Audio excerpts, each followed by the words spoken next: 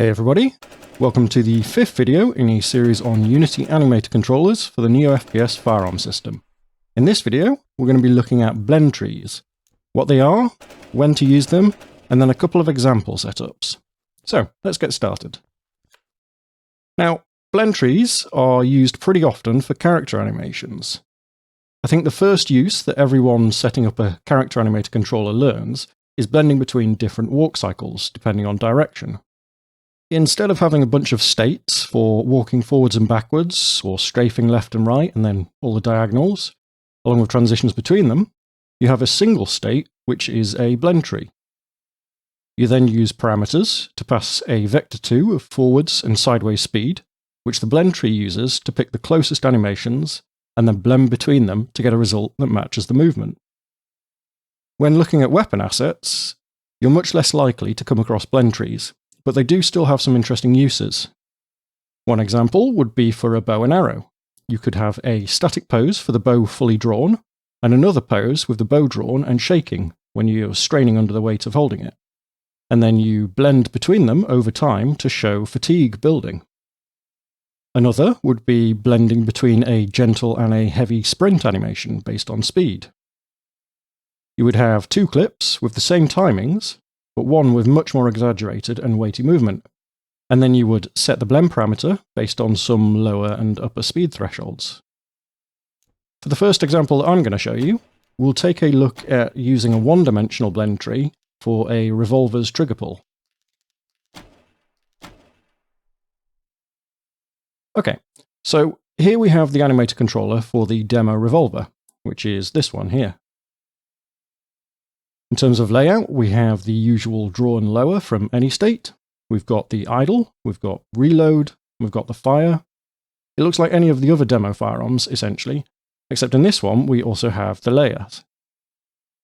So, as we looked at in the last video, the layers tutorial, this one uses a trigger pull layer. And this layer just has the one state, which is a very simple pose animation, just with the finger down, the drum turned, and the hammer back. And then it uses the layer weight to blend that trigger pull pose in. So what we're going to do is we're going to delete that layer entirely, and instead we're going to replace that setup with a blend tree in place of the idle state.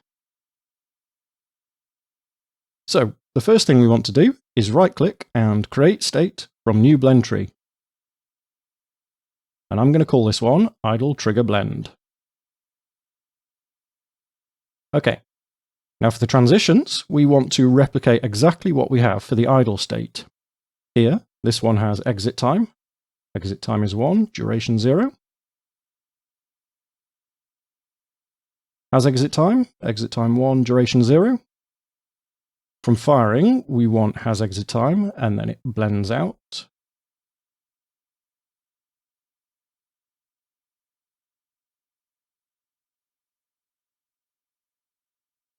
So there we go. That should be fine. And then from the reload, we have fixed duration 0.25, no exit time going in, and has exit time 0.95, duration 0.05 going out. So has exit time 0.95, duration 0.05. So that's the reload to idle. And then one out of idle uses the reload condition, and this is 0.75, 0.25, so that's fine. So is that the same? Yeah. Oh, no exit time. So essentially this is our new idle state. And if we double click on this and go into here, we find the blend tree. So up top here, we have various different options for how it blends. And in this case, we're just working with the trigger pull, a single value. So we want a one-dimensional blend. We'll look at 2D blends in a little bit. But now, if I add two motion fields, then we get this blend here. And you can drag the slider from end to end. See here, this value goes from 0 to 1 as you're doing that, and it blends between these two motions. If I were to add a third one, then it will blend 1 to 2 at the halfway mark, and 2 to 3 beyond that. But let's get rid of that. And so we want in the first one Actually, let's go back here. We want idle. And we want trigger pull. There we go. That's all the setup. And then if we look here in the preview, we should be able to blend.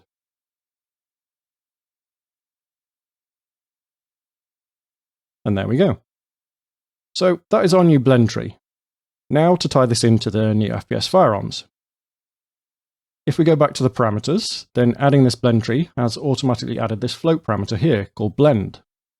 But instead, let's give that a better name, such as trigger pull. Let's copy that actually. So if we look at our revolver prefab, on here we have the charged trigger module. As you can see, it's set to layer weight with a layer index of 1. Let's switch that over to a float parameter instead. And we'll paste that name in here. There we go. Simple as that. And here we are in play mode. I have the runtime controller open in the editor. And we can see that if we pull the trigger, we get the firing state. But we're not seeing anything in the animator for the idle trigger blend here. So if we double click to enter again, and you can see the trigger pull parameter sliding up and down. You can see the parameter here and the parameter here as we pull the trigger. And yeah, so that's one simple example. Let's have a look at a 2D blend as well. Right, so we're back in the demo facility scene, and now we are looking at the assault rifle.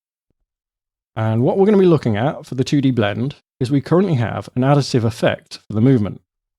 If you've watched the procedural animations tutorial, then you'll know what this is. It's actually the character movement sway effect here. And this puts the firearm into different poses as we move.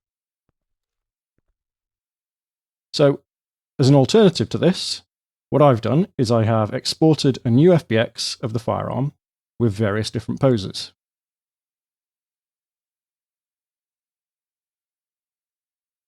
So these are all just like single frame poses.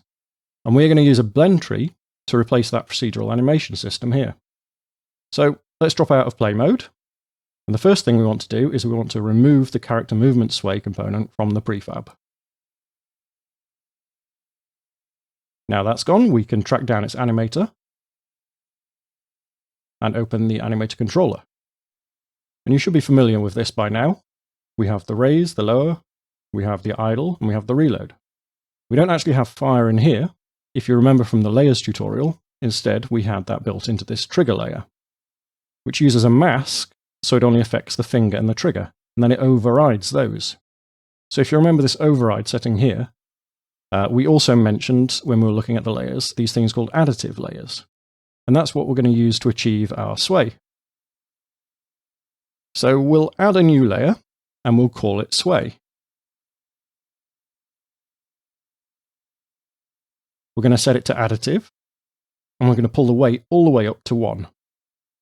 We don't need to have it on a mask, and all of the other properties are fine. And in here, we're just going to create a new blend tree. And let's call this one sway blend. We head inside here, select it. And before, whereas we chose 1D, this time we're going to go for 2D. So, the few different 2D options. Simple 2D is just the direction from the center. Freeform includes the distance as well. So, for example, if you're blending between walk cycles, you could have a walk forwards and a run forwards. These would both be in the same direction, but the run would be further from the center. Cartesian is used when the two axes don't map easily to a 2D vector in the actual game view. The example from the docs is vertical for walk speed and horizontal for turning instead of strafing, like in the previous example. And then for completeness, direct is when you assign a parameter to each motion in the blend tree. You can use this for things like facial blend shapes, where a bunch of things are interacting at once. In our case, we're just going to pick simple 2D. So we've done that, and now we need to add some motions.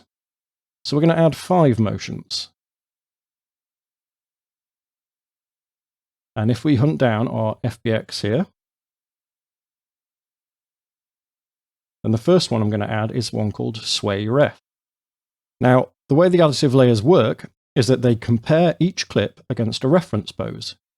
So if we look at each of these clips, then you'll see they each have this setting here, additive reference pose, and it's set to frame 0. This sway ref clip here uses frames 0 to 1, and those are essentially the default idle pose.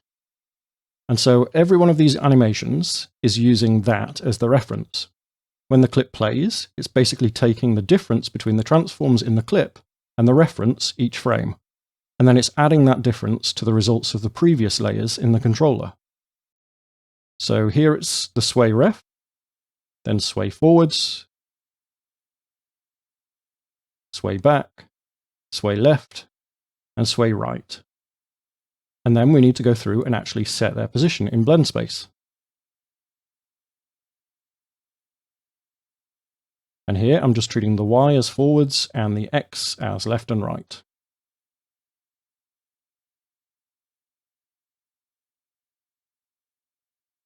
And there we go. So we have forwards, left, back, and right.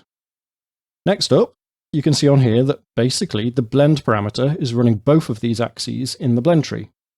This is a new parameter that was added when we created the blend tree. And instead of this, we actually want separate parameters for the two axes. So let's add a new float, and let's call that blend2 temporarily.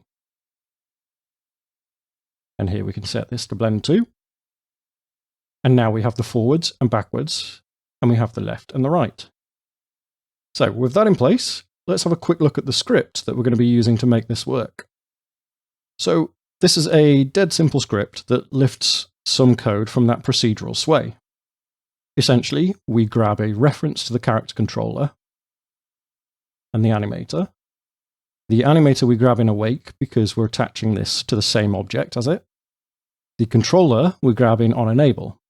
And this is just because we could potentially be moving this weapon to another character at some point. In update, what we do is we get a forward speed and a right speed using vector3 dot product. When you calculate the dot product of one vector against a direction vector, you essentially get the magnitude of that first vector in that direction. So here we're calling dot product of the character's velocity against its forward vector, and then dot product of the velocity against the character's right vector. We'll then divide by full sway speed, which is this property up here. So I've defaulted this to 7.5, but we can change that in the inspector. So forwards divided by that, right divided by that. And we clamp the result between -1 and 1 using the maths clamp methods. And then finally, we call Animator setFloat for the forward parameter and Animator setFloat for the right parameter. And that's with these two parameter names up here. So these default to sway forwards and sway right. I'll copy that, and then I'll head back to the Animator controller. So here we are looking at the blend tree, and here we have forwards. We've got set to blend2. So let's change that parameter name. And here, of course, we want sway right. And now that script should set those properties, and those properties should drive this blend. So with the firearm selected here, we need to find the object with the animator, which is this view mesh. And we're going to drag this blend tree sway script on here. Simple as that. Now, if we hit play, we have the sway blending based on our velocity. You can see each time that I move, the hand changes there. So I've deliberately moved that on each of the different poses so that it's a bit obvious that it's not just using that original procedural animation. Now, if you wanted to improve on this, you could quite easily add separate animation poses for 45 degrees in each direction as well. And then to add even more realism, you could also go for the freeform directional blending and add some more poses for faster or slower. So you could add a bit of a curve instead of going in a straight line as it currently does for the different poses. You could add something in the middle, and that would just smooth it out a little bit. Anyway, those are just some simple examples of how you can use blend trees. I hope that was useful. Any comments or questions, feel free to hop on the Discord and say hi. In the next video, we're going to be looking at sub-state machines. So I'll see you then. Cheers.